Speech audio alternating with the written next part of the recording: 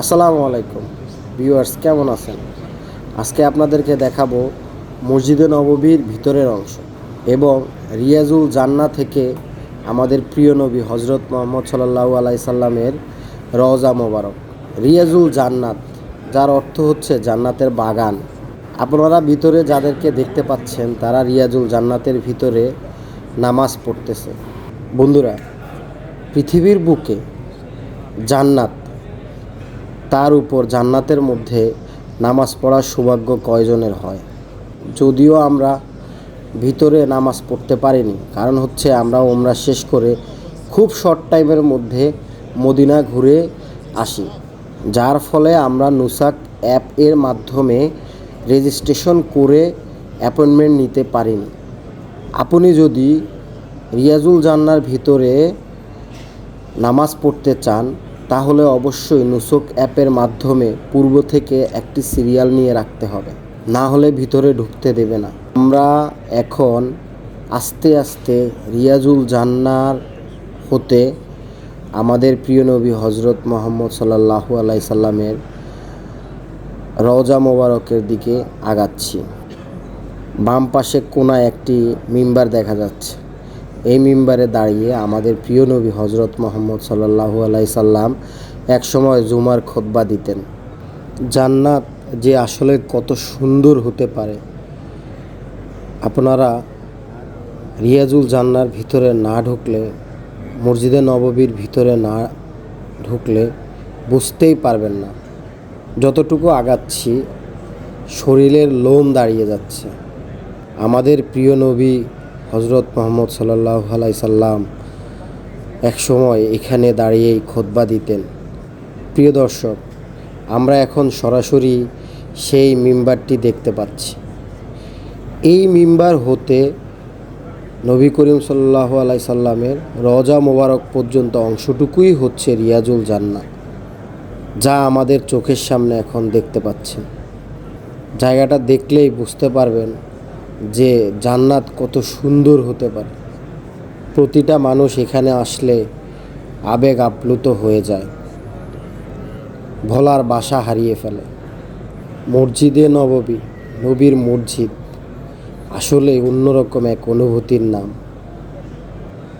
প্রিয় দর্শক, আমরা আস্তে আস্তে সামনের দিকে আগাচ্ছি।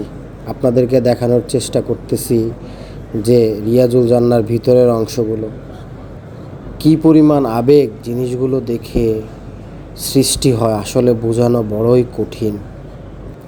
মনে হচ্ছে যেন সারা শরীরের মধ্যে ঠান্ডা বাতাসের প্রবাহ বইতেছে। পৃথিবীর দূর দূরান্ত থেকে, বিভিন্ন দেশ থেকে মুসল্লিরা প্রতিদিন এসে নবীর কবর জিয়ারত এবং রিয়াজুল জান্নার দর্শন করে যায়। আল্লাহ রাব্বুল আলামিনকে কোটি কোটি শুকরিয়া যে এত সুন্দর একটি জায়গা তিনি আমাদেরকে দেখার নসিব করে দিয়েছে। আমাদের প্রিয় নবী হজরত মুহাম্মদ সাল্লাল্লাহু আলাইহি সাল্লামের রওজা মোবারকে সালাম দেওয়ার সৌভাগ্য দিয়েছে। বন্ধুরা, আমরা আস্তে আস্তে সামনে আগাচ্ছি আর আমাদের প্রিয় নবী হজরত মুহাম্মদ সাল্লাল্লাহু আলাইহি সাল্লামের রওজা মোবারকের বাইরের বেষ্টনী দেখতে পাচ্ছি। বন্ধুরা দেখেন, এখন রিয়াজুল জান্নার প্রায় মাঝ বরাবর চলে এসেছি আমরা। নবীর ভালোবাসা যে কী জিনিস, এখানে না আসলে আপনি বুঝতেই পারবেন না। আসসালামু আলাইকুম ইয়া রাসূল আল্লাহ, আসসালামু আলাইকুম ইয়া হাবিব আল্লাহ, আসসালামু আলাইকুম ইয়া রাহমাতাল্লিল আলামিন ধ্বনিতে মুখরিত হচ্ছে পুরো জায়গাটা জুড়ে। আবার কেউ কেউ আবেগ আপ্লুত হয়ে পড়ছে।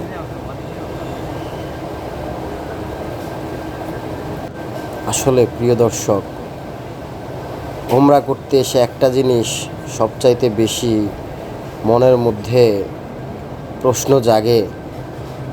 মক্কার এই পাহাড়ি অঞ্চলে দুর্গম পাহাড়ের একটি ছেলে, মরুর ভিতরে জন্ম নেওয়া একটা ছেলে আজকে পৃথিবীর বিশ্ব মানব জাতির এক গর্ব। আমি যখন মক্কা থেকে মদিনায় আসতেছিলাম তখন দুই পাশের পাহাড় দেখে বারবারই মনের মধ্যে একটা জিনিস আসতেছিল, কিভাবে আমাদের প্রিয় নবী হজরত মুহাম্মদ সাল্লাল্লাহু আলাইহি সাল্লাম এত পথ পাড়ি দিয়ে মক্কা থেকে মদিনায় হিজরত করেছিলেন।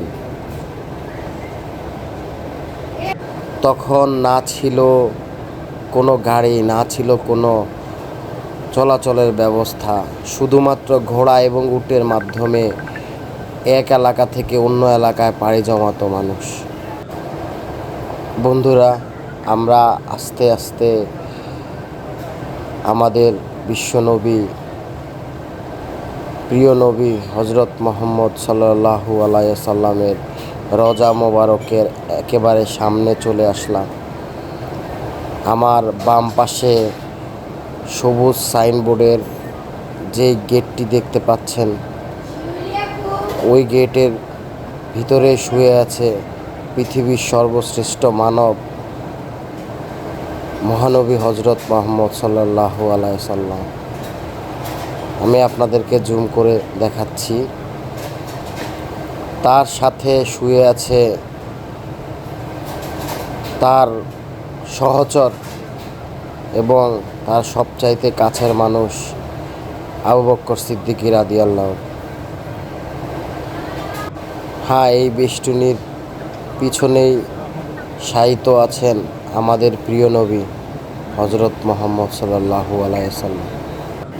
দেখুন বন্ধুরা, যত দূর আগাচ্ছি শরীরের লোম দাঁড়িয়ে যাচ্ছে। সবাই আবেগ আপ্লুত হয়ে যাচ্ছে, আর মনে হচ্ছে যে আমাদের প্রিয় নবী হজরত মুহাম্মদ সাল্লাল্লাহু আলাইহি সাল্লাম আমাদেরকে এখান থেকে দেখছেন। মনে হচ্ছে নবী এখনো এখানে জিন্দা শায়িত আছেন। এই অনুভূতি অন্যরকম এক অনুভূতি। এখানে না আসলে বলে বোঝানো কঠিন যে আসলে এখানের তাৎপর্যটা কি। হয়তো এখনই বেরিয়ে যেতে হবে, আর হয়তো জীবনে কখনো এখানে আসা হবে না, কিন্তু এই যে অনুভূতিটা, এটা আজীবন বাংলাদেশের মাটিতে বসেও হয়তো ফিল করতে পারবো। যতই সামনে আগাচ্ছি, গেটের দিকে আগাচ্ছি, আর আস্তে আস্তে অনুভূতিগুলো আরও বেড়ে যাচ্ছে।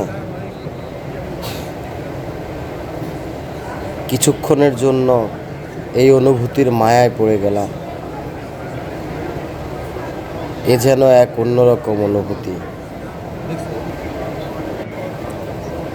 জীবনে যদি কোনো সময় আবার আসার সুযোগ হয়, আল্লাহ যেন আবার আমাকে নিয়ে আসে এই জায়গায়, আবার যেন প্রিয় নবীর রওজা মোবারকে সালাম পেশ করতে পারি।